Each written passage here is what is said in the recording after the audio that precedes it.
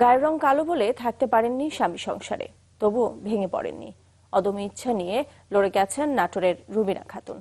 অবহেলাকে শক্তিতে পরিণত করে মাথা উঁচু করে দাঁড়িয়েছেন। সমন্বিত কৃষি খামারের মাধ্যমে তিনি এখন সফল উদ্যোক্তা। নাটোর থেকে শামীম হোসেন সুমনের ছবি ও দেবাশিস কুমার সরকারের পাঠানো রিপোর্টে বিস্তারিত।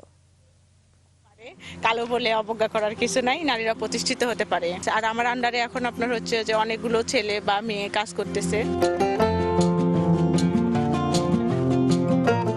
জীবনযুদ্ধের কথা জানাচ্ছিলেন নাটোরের রুবিনা খাতুন।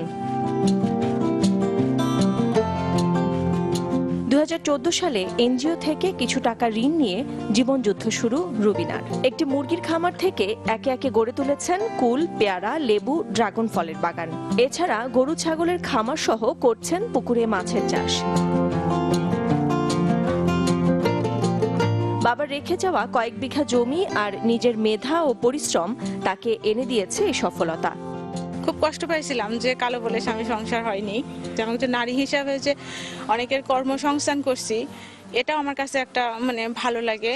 সে মেয়ে হয়েও সমাজের একটা দৃষ্টান্তমূলক উদাহরণ, কিন্তু অনেক ছেলেরাও এমন কাজ করতে পারে না। সে নিজে স্বাবলম্বী না, সে আরো মেয়েদের ছেলেদের স্বাবলম্বী করার জন্য চেষ্টা করতেছে। রুবিনা হাঁস, মুরগি, গরু, ছাগল খামার তৈরি করে আমাদেরকেও শিখাইছে, আমরাও শিখেছি। কৃষিতে অবদান রাখায় নারী খামারি হিসেবে এবছর পেয়েছেন কেআইবি কৃষি পদক। এছাড়াও নারী উদ্যোক্তা হিসেবে বেশ কয়েকটি সম্মাননা পান তিনি। তিনি আমাদের সমাজে এখন একজন আইডল হিসেবে পরিচিতি লাভ করেছে। আমরা মনে করি যে এভাবে যদি মেয়েরা এগিয়ে আসে তাহলে আমাদের সমাজ এবং দেশ এগিয়ে যেতে সক্ষম হবে। কৃষি সম্প্রসারণ অধিদপ্তরের পরামর্শে উচ্চ ফলনশীল সবজি, পেয়ারা এবং কুলের আবাদ করে তার সচ্ছলতা আনে সংসার জীবনে। এখন সে ভার্মি কম্পোস্ট এবং সবজি আরও যোগ করেছে।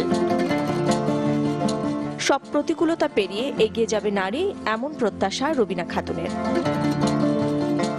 Desk report, channel 24।